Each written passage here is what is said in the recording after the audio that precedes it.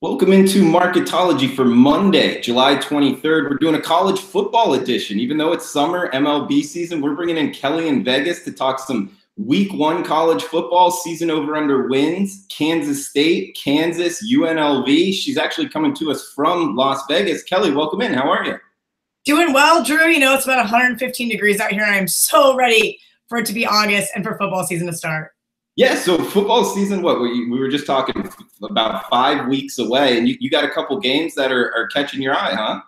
You know, I always try to look at the games when the games of the year come out here in Vegas because it's always exciting to see what the bookmakers think is going to happen, 8 to 12 to 15 weeks away from now. You know, some of these games are giving out lines for November games and try to find some value here. But I think I found a couple of dogs week one and maybe even a favorite. Okay, so yeah, it looks like you liking 3 dogs. Know you like to play dogs. 1 favorite. And guys, as you roll in here on the chat, feel free to chime in any comments, anything like that. And if you're looking at any week 1 games, if you want to throw them out there, we'll get to them at the end. Any season over under wins, we can ask Kelly about it as well. Also, I'll send out a tweet here to get some more people in. But yeah, so the first game that kind of caught your eye, we were just talking off camera. We got 152 FAU, the Owls. Plus 3 touchdowns they're catching in Norman week 1. It's at the top of the card here. Game number 152. So you're liking the Owls week 1, huh?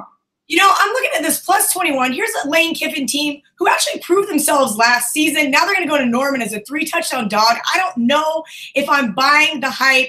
This is a very overrated Oklahoma team who has yet to even decide on a starting quarterback. I just think this is too many points here, so I'm going to roll with the 3 touchdowns and the Owls. And Kelly, so you mentioned Oklahoma kind of deciding on a quarterback. What about FAU? They're losing their starting quarterback as well. I know they're bringing in a talented kid. He had a D1 scholarship to FSU, kind of off the field troubles. Are you looking in at that, or you think it's just kind of enough to catch 3 touchdowns? You know, we talk about quarterbacks in the NFL and what they're worth points-wise. We know that college football quarterbacks just aren't as valuable, and you can't really determine, I think, until you see their on-field performance. So I kind of think it goes both ways. An Oklahoma team that doesn't really have a decision and an FAU team who we don't really know how much we're going to see from this kid his first game out. But either way, I think it's still enough to keep it within, let's call it 17 points. Okay, so like I'm going to say within the 3 touchdown number. I like what you said about the quarterbacks, because a lot of times, especially in college, these guys will get a lot of hype out of high school. 4 and 5 stars, they come in and they have accuracy issues. And just because they had this high star ranking, a lot of people are like, oh, this guy's going to come in, take over. And really, Driscoll and company and FAU quarterbacks for a couple years now have really performed pretty well, even Daniel Parr before that. And so to just say this guy gets 4 or 5 star recruit and he's going to come in and get the job done, I think it's kind of maybe – there could be trouble there. So I like what you said on that. Could you kind of see them? One thing I did like about this game, Kelly, and it kind of, I haven't bet it because of this reason. We got a group of 5 team that played very well last year, going on the road to a hostile atmosphere. I think they get the benefit of the doubt playing a noon start kick, but going into Norman, they really haven't played in front of this many eyeballs very many times. Does that scare you that they kind of might get their doors blown off of sorts? I mean, there's always that possibility with a team like FAU. Like you said, they haven't been to Norman before. They haven't played on the big field. But again, it's a morning game.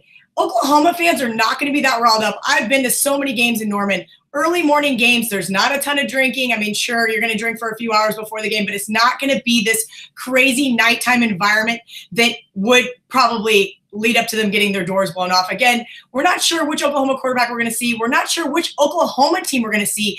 I really liked Lane Kiffin as a coordinator. I really love Lincoln Riley and what he's done taking over for Bob Stoops, but I still just think that the value here is on the dog. All right, value on the dog. FAU Owls. Kelly's liking them, catching plus 21, getting 3 touchdowns in Norman week 1. Just hitting the chat box here. Steven, SBR Forum, that's Drew. What's up, man? Jay, hey, how's everybody doing? Feel free to chime in any games you're looking at. And also, we'll get to season over under wins if you got any there. And please give us a thumbs up, the like button if you're liking the content.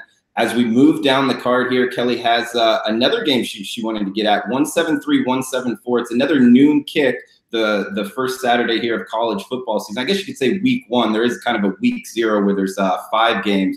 But she's looking at Texas minus, what, 10.5 right now. You can catch that at Heritage or Greek or 5 dimes. It looks like bookmakers now up to 11. So a sharper book getting money on Texas. And Kelly, you're liking Texas minus 10.5 against Maryland. Kind of a revenge spot here for the Longhorns.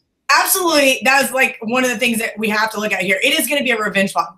This Texas team got absolutely embarrassed last year by this Maryland team. I can't exactly remember what the spread was. I know it was over 21. They were a huge favorite. Nobody saw this loss coming. Now, I will say it is rare that I lay the points with the Longhorns. I kind of joke that they tend to be a very public team. The New England Patriots, not quite, so to speak, of college football, but there is a ton of Texas backers. I know a lot of guys in Texas that week in and week out lay so many points with this team and constantly are disappointed. I think they're always overvalued, always overhyped. But this may be a season where they aren't. A lot of what ifs with this team. But one thing that isn't is Tom Herman. I love him as head coach at Houston. I think this year in Austin, this team is going to be much more improved. Going back to my last and final point, what we just talked about, this revenge factor is going to be huge for this Texas team. They need to make a statement week 1, and I think they do it here. Yeah, I can see that. I mean, they're going on the road this time. And like you said, you bring up Herman. We know he can cover some numbers.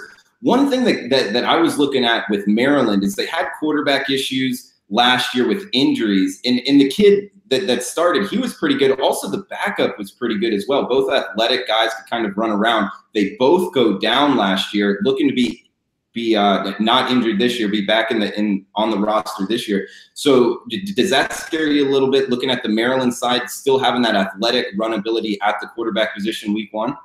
Absolutely, it's something to consider. But like we just talked about with FAU, I'm not really that concerned with who plays quarterback for either team at this point in time. I don't think that there's an overwhelming all-star quarterback that is going to have this breakout game that is going to really put a wrench into things. I think Texas is going to just be the better team here. They're the better team on paper. They're the better team overall. And if they actually come to play like the Texas team that we know that they are and that they're supposed to be this year, I don't see them having any trouble covering this 11. Yeah, also keep in mind, because I was looking at betting Maryland. I think I'm going to stay off of them. Their offensive coordinator, who helped out a lot last year, Walt Bell, he was at Arkansas State before that. He can really coach them up on offense. He's not going to be there this year, so I think they lose a lot that. I kind of like it now, 10.5 Texas. I think I haven't gotten there. Going to dig down deep into it. But as far as Maryland, I was looking to bet them, but I think you're going to talk me off of that, Kelly. We got moving down the card.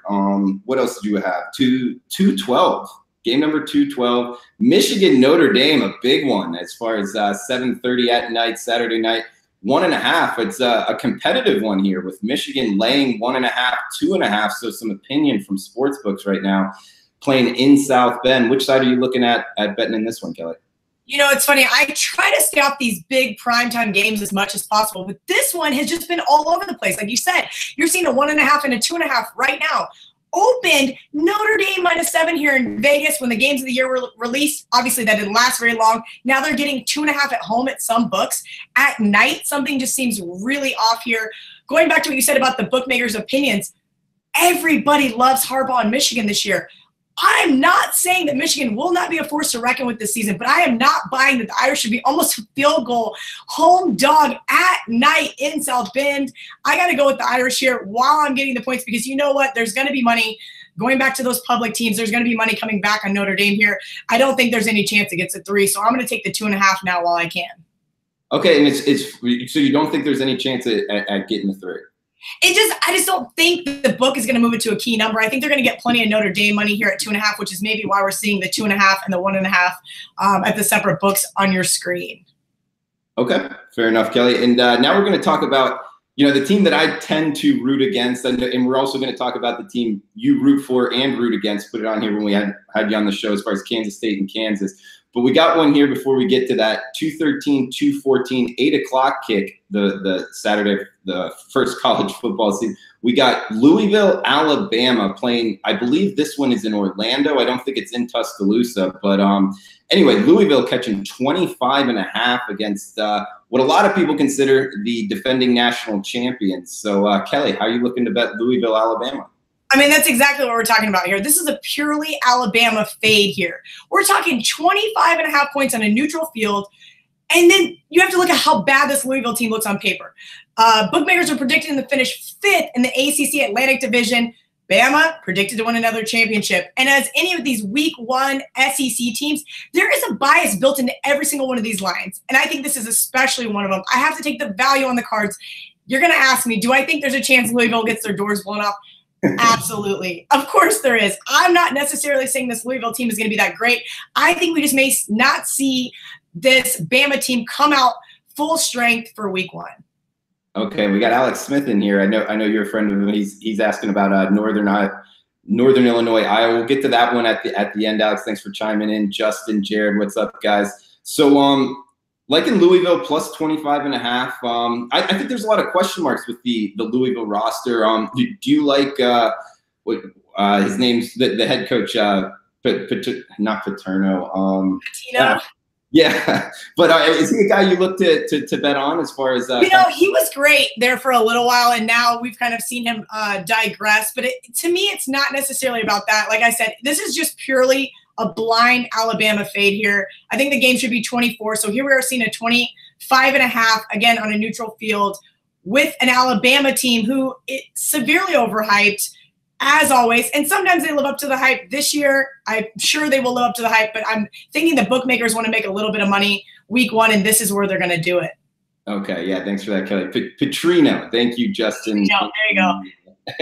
in the chat box there. But Kelly, also wanted to kind of ask you about some teams that I know you're up to date on. We got Kansas State. You're an alumni of Kansas State, right? Absolutely. All right, 8-5 straight up last year, 6-6 ATS. Won 5 of their last 6 to end the season last year. Obviously, a well-coached team. It showed, having quarterback issues. That I believe Ertz went down in about week 5. So, would you look to bet on Kansas State this year? I really hate this 6.5. When it was 6 when it first came out, and it wasn't 6 for very long, I said that was probably the right number. K-State fans booed me all over Twitter. Obviously, this is tough. Okay, K-State wins South Dakota State. They win UTSA. They win KU. So now they have 3 wins. And then there's a whole lot of what ifs in the middle. Mississippi State, I talked to the guys over at the Westgate. They told me that I said K-State's a 3-point dog. They said, no way. So-and-so made it a pick 'em. And I was like, absolutely not. Sure enough, they made K-State a 3-point dog. Texas is another team in Manhattan. Here's this Texas team we just talked about that I hyped up a lot, but K-State always plays Texas really tough. K-State will be a dog in that game, but I'm hoping for a night game. K-State, night game, home dog. Bill Snyder is absolutely the wizard when it comes to those games. Another big question mark game because I don't know what we're going to get from this Baylor team this year. Listen, Baylor has had their issues with obviously more off-field issues than anything else, but it seems like people are really hyping this team up, so I put them as another toss-up game. Then we're playing Iowa State in Ames. If you've listened to any of my videos in the past, Ames, Iowa is not any place anybody ever wants to play. We've seen 3-win Iowa State teams upset teams like Oklahoma State, upset teams like Oklahoma year in and year out. Speaking of Oklahoma State is going to be really good this year, but they have to play a night game in Manhattan, going back to that same deal with Texas. And then there's this Texas Tech team. So here we have 6, if not 7 toss-up games. Obviously, we know they're 19.5-point dogs in Norman. They're going to be a dog in Morgantown to West Virginia who looks really good themselves this year. And Drew, I don't know what to make of this TCU team. Maybe you can give me some insight, but I cannot get a good read on this team to even make a line on what I think they will be against Kansas State. Yeah, I haven't really gotten into TCU yet. I mean, it seems like they seem to overperform a lot, similar to Kansas State there in the Big 12. Kelly, as far as the quarterback situation, it looks like Alex Delton or Skylar Thompson, both these guys played pretty well backing up Ernst last year. Do you have any insight on who might get the job or if they could kind of switch in and out with the quarterback position? So I'm really hoping that my sources in Manhattan, Kansas are right and we get Alex Delton under center. If anybody watched the bowl game against UCLA, we knew that Delton got hurt, Ertz got hurt, Delton got hurt again. Skylar Thompson, absolutely phenomenal kid, came to play, was really good, but then we saw him against UCLA and he really struggled a lot. Insert Alex Delton, and K-State absolutely ran away with the game. So it looks like all signs are pointing towards Alex Delton. I'm really, really, really hoping that K-State doesn't try to run with the 2-quarterback system like we saw about 5 years ago when they were trying to do the Daniel Sams, Jake Waters kind of deal. It was absolutely horrendous. But I kind of wonder if bookmakers think that that's what's going to happen and why they made the season win total so low. Their schedule is going to be tough, but hopefully we get Alex Delton, and hopefully he plays that same caliber of football we saw in December.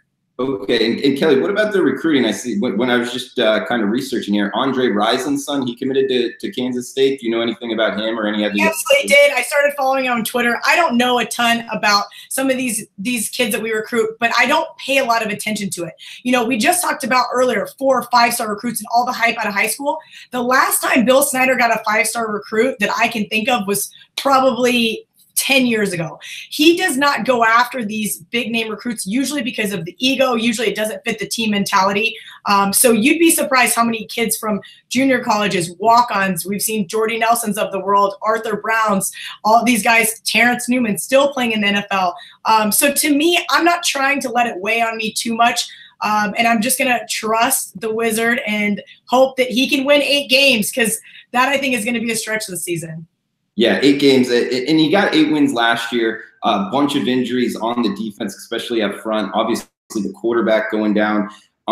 Great coaching. It's been, 8 straight bowl games for Kansas State here. He does lose both coordinators, so 2. And I'm so happy about that. I have never been so happy. If anybody follows me on Twitter, they know how much I was absolutely touting for both those guys to leave. So happy. UTEP's got a new coach. They're going to be lucky to win 2 games, which insert Andre Coleman, one of my favorite K-State players from the 90s, is now our new co-offensive coordinator, and I'd like to see some big things from him. I think we're going to see a lot more throwing the ball downfield. I think we're going to see a lot less of that really boring Bill Snyder football now that Andre Coleman's an offensive coordinator.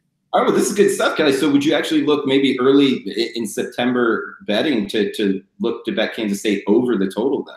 You know, like I said, it's really tough. I don't know what to make of it. I'm going to tell you this right now. I will be betting K-State +3 versus Mississippi State. That is just one of those games. I was on the last time K-State played an SEC team, getting 6.5 at home with Auburn. Like I said, there's that SEC bias built into the line. And then there's going to be another game I'm going to be on. I'm probably going to be on K-State getting 19.5 in Norman. I have a feeling by kickoff it's going to be 3 touchdowns. But few weeks into the football season, we got to see how Oklahoma plays to see where that line really moves. And then, as always, K-State plays really tough in Morgantown. I do think they're going to lose that game, but I do think that they will keep it close and cover. All right, good stuff on Kansas State there, Kelly. And the arch rival, Kansas Jayhawks, looks like their season win total is at 3, some juice towards the under. David Beaty's, 4th year here. Would you look to bet over or under for Kansas on their season win total? Man, KU, what are they going to do? Who are they going to beat? They're going to beat Nicholls State, other non-conference games, at Central Michigan and versus Rutgers. Granted, neither of those teams are powerhouses, but KU's going to be dogs to both of them. They may have another weird fluky win over a Big 12 school like they've seemed to in the past when they beat Texas a couple years ago. At the absolute most, this team wins 3 games. So it's a no bet for me. If it was a 3.5, I would bet the under with all of the money I have in my desk right now. Really? Okay. So under on 3 for Kansas. Yeah, it's just one of those teams. It's tough to find wins because you bring up their first 3 games. Nicholls State, I mean, we've seen them struggle against the FCS teams before, so it's even hard to give that game an automatic win. But I don't know much about Nicholls State. CMU, I think it's kind of a toss-up, and Rutgers as well. So it's we got SBR Forum chiming in. Nicholls State can beat KU. I have no doubt in my mind Nicholls State can beat KU. I couldn't name one player on Nicholls State right now, but you're right. Now maybe I need to start doing a little bit of research just so I can tout that KU is going to lose to another FCS school. Okay, so we got the NIU question from Alex. Also, Drew asking about FSU. We'll get to FSU as well. We got one more team here wanted to bring up with you, Kelly. You're in Las Vegas right now, correct? Absolutely. Okay, cool. And UNLV, the Running Rebels, how would you look to bet them this year? So this is a UNLV team that I'm just not buying the hype on. Ralph Michaels, one of the guys I'm working with at Wager Talk, was listening to him talk the other day, and he agrees with me. Until they show us something, how can we back them? This is a team that lost to Howard last year. Granted, maybe Howard should have been valued a little bit better than they were, but still, that was just an absolutely atrocious loss. They're going to lose to USC. They're going to lose to San Diego State. They're probably going to lose to Arkansas State, Utah State, and Fresno State. So here's this toss-up game. at Hawaii. They're 7-point favorites, but everybody knows that going to Hawaii is a tough place to play. You have basically a toss-up game with Reno, a toss-up game with Air Force. In order to get over this hump, they have to win these toss-up games and not have a stupid loss to a team like New Mexico. You know, Golden Nugget already put out some of the lines on all of these games a couple of weeks ago. They'd be 8-point favorites against New Mexico, but I wouldn't be surprised to see this Rebel team lose. So I have to go under 6 wins here. That is actually what I've been meaning to do. I need to still run to the book and get my ticket, but I will be placing money on this under. And Kelly, I'm just looking for points here to kind of look to bet on UNLV. One, Tony Sanchez, he's improved 1 win each year he's been at UNLV. Also, what their quarterback, Armani Rogers, he's an athletic guy. I think he averaged, over 7 yards per carry, non-sack carries. So that's pretty promising coming into this year. And you bring up Fresno State and them losing to Howard, but they also beat the Mountain West champion Fresno State by double digits on the road. So and they also gave up a 21-point lead to Air Force. So it's like, which team are we going to get this year? Are we going to get the team that does show up and beat, like you said, the Mountain West champions team, Fresno State? Or are we going to see the team that has a 21-point lead at halftime and then turn around and lose? I don't know. That's what I was hoping. Yeah. You don't have a better answer. My answer is I am not backing them until they can prove to me otherwise. I got to take the under 6.5 wins. All right. Sounds fair enough, Kelly. Is there something else you want to hit on before we hit on the live chat here? You know, I've been really concentrating on SEC. I've been really concentrating on the Big 12 so far this year, a little bit of Pac-12.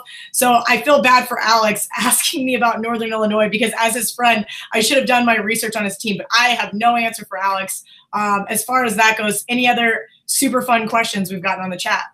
All right, Seminoles. Do you have anything on the FSU Seminoles here this year? I have not really touched on much of the ACC yet, and that is unfortunate. I had somebody ask me the other day during one of my proxy signups. He's like, hey, what do you think of NC State? And I sat there and I laughed because I feel really bad. I have not got that far in my college research. A lot of what I do is Big 12, Big 10, Pac-12, and SEC radio stuff, video stuff. So that is my fault. But I want to hear what your opinion is on FSU. I know that you are a Florida guy, even though you went to Auburn. So I'm sure you have some really good insight on the Seminoles team.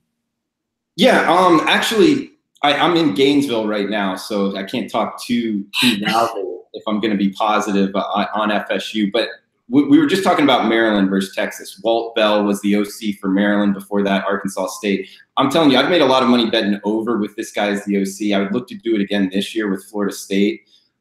He's just a really good offensive coordinator. It's just a matter of time before he's going to be a head coach. They got 2 highly recruited quarterbacks with Blackman. He came in for the injured Francois.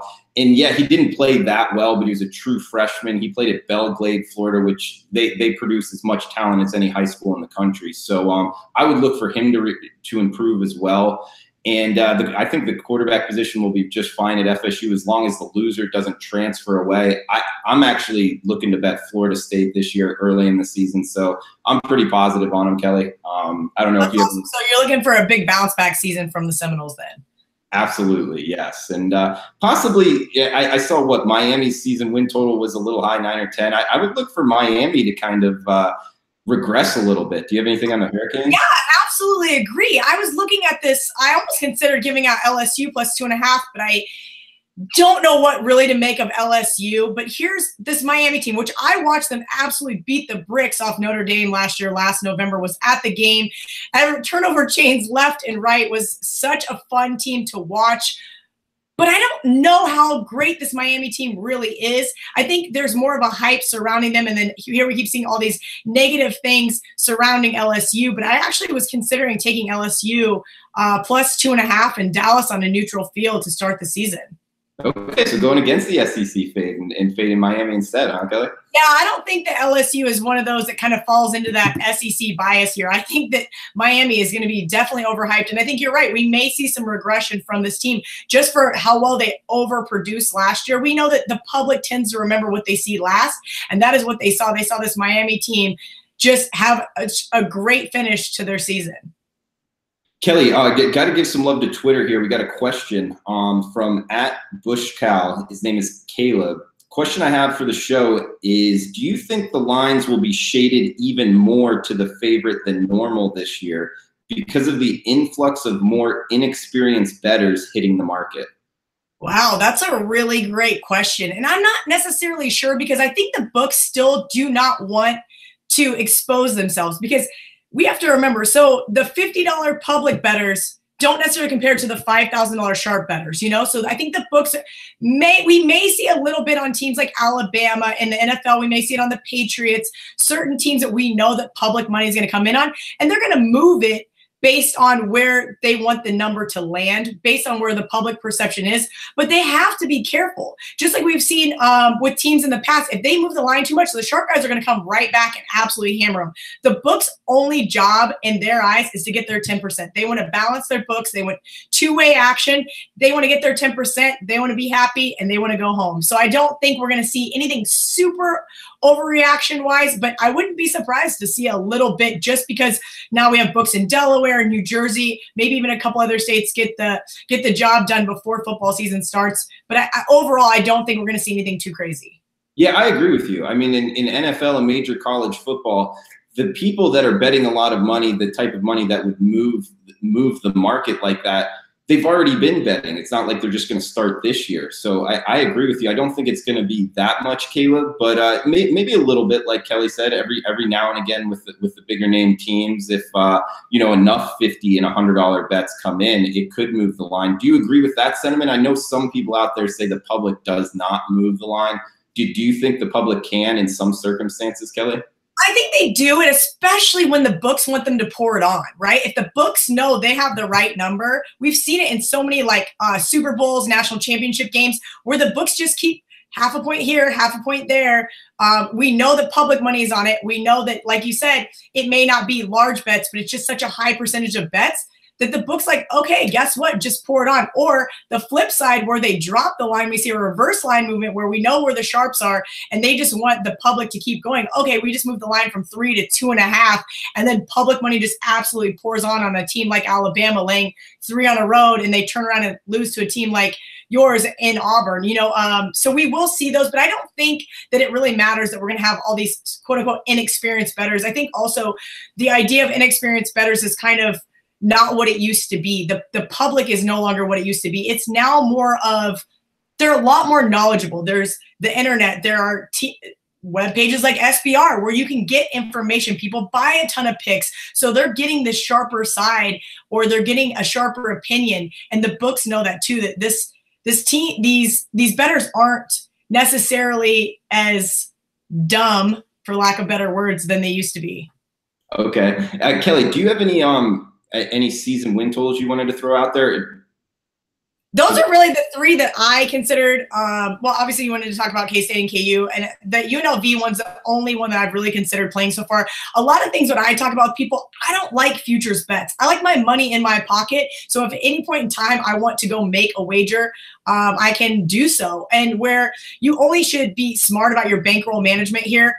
So here's me going, okay, if I'm laying a nickel on the season win total or a dime on the season win total, I feel like it's too long for a return on my investment. But also if I was to lay more, then I feel like I'm using too much of my bankroll. Does that make sense? Like, it's just, to me, it's too much of a long-term investment, where I prefer week in and week out to battle it out against the books. Okay. We got Triple Beam saying Kansas returns 9 starters on offense and 9 on defense. Only positive he can come up with. Interesting.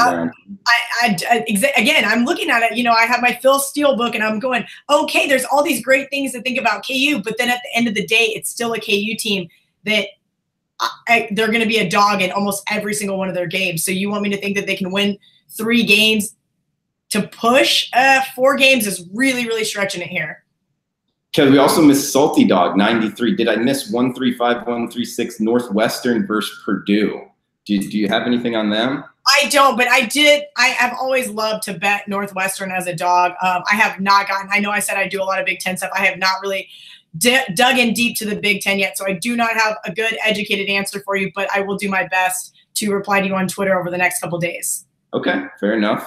Yeah, I was going to say Northwestern at home is a team that I like to bet at home. It seemed like a tough place to play. But Purdue just last year, I mean, what they were able to do, I know that they lose a lot, though. That is the one thing that I was going to say. Purdue doesn't return a whole lot of teams. I don't see a line out. It's not on the games of the year. Obviously, it's not a big bet for the books don't really care about this matchup. But I'll probably be looking towards a dog again. I do love to back Northwestern. They're kind of I guess my K-State team of the Big Ten, at least in terms of being a home dog. Okay, we got Mally Mall asking any big favorite we should be on the first week, and also if you don't have one to throw out, Kelly, maybe go ahead. Maybe just kind of overall thoughts on laying a big number week one, because I talked to other guys in the past that say week one, week two is the time to do that. I don't know. Yes, absolutely, and that's where I said about the Louisville-Alabama matchup. Alabama could absolutely beat the bricks off this Louisville team, but that's one of the games where I don't think it's going to happen. I got a little insight. I can't tell you guys where it came from, but I will probably be on Florida as long as the number is under 45.5 over Coastal Carolina week one. I think you said you're in Gainesville, but I do think that Florida absolutely decimates this team. There's some definite issues going on within the coaching staff, within the locker room, and I think this team going to the Swamp week one is going to absolutely get killed. That's Coastal Carolina, the Chanticleers, you said? Yes. Interesting. Okay, yeah. There's no line out yet, but that is a little bit of insight I've gotten from a couple of buddies in the know. We'll leave it at that. All right, fair enough. I like it. We got Tomar saying Miami will be overrated. Their schedule garbage last year, and they have no QB. Miami gets FSU leftovers as recruits. Tomar, I don't know about that. What do you think about that, Kelly? Sounds like he's an FSU fan is what it sounds like. Yeah, really. I mean, Miami, I guess it was over a decade ago, but they had a hell of a roster not too long ago. Alabama game, only exception. Let's see here. Salty Dog. Thanks, Kelly. Purdue defense decimate last year. Purdue alumni here. So we got a Purdue guy in here. Anything else you want to bring up, Kelly? No, if you guys are coming to town to sign up for either the Golden Nugget Ultimate Football Challenge or the Westgate's Super Contest, make sure you guys hit me up on Twitter at KellyInVegas or check out proxy.kellyinvegas.com. Some new exciting stuff. I know, Drew, last year we talked about what's been going on in Vegas. I have a new position over at Wager Talk I'm super excited about. A lot more videos, a lot more content, and I really am happy because that means I get to be myself even more, get to say what I want, get to talk about games, and that's really about it. Lots of exciting stuff to come for this football season. I'm excited to be back with SBR as well. All right, good stuff, Kelly. And we got Kansas home field advantage is an oxymoron from Triple D. Do you have anything to say about Kansas home field advantage? Yeah. So the last time I was in Lawrence, I think would have been 2013, and I could be wrong, but that was the game. K-State was like a 34.5-point favorite, and Bill took a knee on the 2 not to cover, and I was like, you're kidding me, right? That being said, it is really terrible. It's if you go as a K-State fan, obviously, because it's only an hour-and-a-half drive at the most, it's 90% K-State fans. You can just tell by watching on TV last year. I mean, people made fun of it that the band was 90% of the crowd. There is no home field advantage. I know that they've been really trying to amp up football ticket sales by enticing people that have basketball season tickets, and they're trying to tie things in and loop it together. I don't think it really matters. It is absolutely not a home field advantage whatsoever. Okay, as a Big 12 alumni, is there any Big 12 home field advantages you would throw out there as the best? Ooh, I mean, Texas going to Austin is a really tough place to play. Stillwater is a really fun time. It gets a little rowdy down there. And Lubbock, now that it's not a dry county. When I was in college, Lubbock was a dry county. I've been told that Lubbock is quite the atmosphere, especially at night these days. Waco, I wasn't really that impressed with. It's kind of a smaller stadium. And then going back to my tried and true, the worst place to play in the Big 12, Ames, Iowa. But let me tell you, those kids get rowdy. That place gets loud. Newer stadium now since the last time I was there. And I absolutely hate when K-State has to go play there because they never seem to be able to get over that hump and cover the games. And sometimes, like I said, we've seen teams like Oklahoma, Oklahoma State, K-State lose to a 2 or 3 win Iowa State team. And it is absolutely the most infuriating thing on the planet. Yeah, well, I think it was 2011 or something. Oklahoma State went in there as huge favorites on a Thursday night, lost. It ended up possibly costing them a national championship. It absolutely did. Yeah. You know, I've seen K-State have to go in there and kick a last-minute field goal to win. We used to play them in Kansas City on a neutral field every once in a while, and they stopped doing that. But that was about the only time that I was never worried about playing Iowa State. Well, and what makes Ames that tough? Is there like a long bus ride, or there's just nothing there. So these kids, and I'm going to get a lot of trash for this on Twitter, there's just nothing there. So what else are you going to do? You're going to day drink all day. You're going to get rowdy. I mean, that is the lifeblood of that town. Granted, Kansas State football is probably also the lifeblood of Manhattan, Kansas, which makes Manhattan a really, really tough place to play at night. I will say that I think K-State fans really live up to that reputation of some of the best fans in college football. They're not as mean as I am. They don't get as rowdy as I do. So when I go to games, I feel like I'm a little rough around the edges. But K-State fans tend to get pretty loud as well. I tell people that I give K-State 4 points for a home field advantage. The most, obviously, you get being 5. So they're right up there with the other schools I mentioned in the Big 12. In being in Mountain West territory now, is there a Mountain West home field advantage that you look to bet on? You know, it's tough. I don't try to go to that many Mountain West games. UNLV games are better than KU games, but not much. I went to a game last year, and I just really wasn't that impressed. Fans, I think, are starting to come around. I think they're, with Sanchez being the new head coach last year, I think they were finally starting to get, excited about UNLV football, but nobody gets rowdy. I mean, up 21 against Air Force, and they just absolutely took the air out of that crowd. And to have a home field advantage, you've got to have a crowd that stays hyped a majority of the game. They help you keep that momentum going. They keep it loud. They keep it fun. And UNLV is just not one of those. And as far as that goes, the only other Mountain West game I have been to has been Laramie. And Laramie is probably got by far one of the best home field advantages in the Mountain West. Hawaii is a great one as well. I have not been to a game in Hawaii, but just based on what you can see, as well as the fatigue of traveling, that definitely helps with that Warriors team. Yeah, I believe Laramie is the highest elevation out of any Division I. Yeah, so it's tough to play there, as far as your body goes, because you're so gassed. But it's kind of like Ames, Iowa of the Mountain West. I mean, there's not a lot to do in Laramie, and these kids get really, really hyped around this Cowboys football team. Especially last year, they were a little too hyped. Wyoming kind of got brought back down to earth. But I think this year we're going to see another really good Wyoming team, and I wouldn't be surprised to see them finish in the top 3 in the Mountain West. Yeah, well-coached team, Craig Boyle, kind of similar to the Kansas State head coaching regime. I think that, absolutely. Yeah, a lot of similarities there. But, yeah, guys, she's KellyInVegas. Follow her on Twitter @KellyInVegas. New position there at Wager Talk. Check her out there. Also, proxy. I've used Kelly as a proxy, which, by the way, a couple people have asked what exactly is a proxy. Kelly, do you want to explain what a proxy is? Absolutely. So we have a handful of contests here in town. William Hill does a couple of college and a college and a pro. We have the Golden Nugget with their new contest is college and pro. Then we have the Westgate. Stations Casino has a couple as well. But if you don't live in Las Vegas, or even if you do and you don't want to go down to one of the sports books on Saturday morning for 17 weeks, you can hire someone to proxy for you. And by doing so, you're kind of putting them in a position to go down every week out, put in your place for you on your behalf. So like last year, Drew finished top 10 in the William Hill contest. Super exciting. I was very happy for you. But every Saturday morning, my business partner and I go down to the various books that we put in plays for people that don't live here, or for people that don't want to travel down to the books when it's quite hectic on Saturday mornings. Yeah, and I can say that by saying there was no mistakes by Kelly. I don't know how the other proxies would do, but yeah, couldn't recommend anybody more. So thank you for that, Kelly. And where else can they find you? Wager Talk, KellyInVegas on Twitter.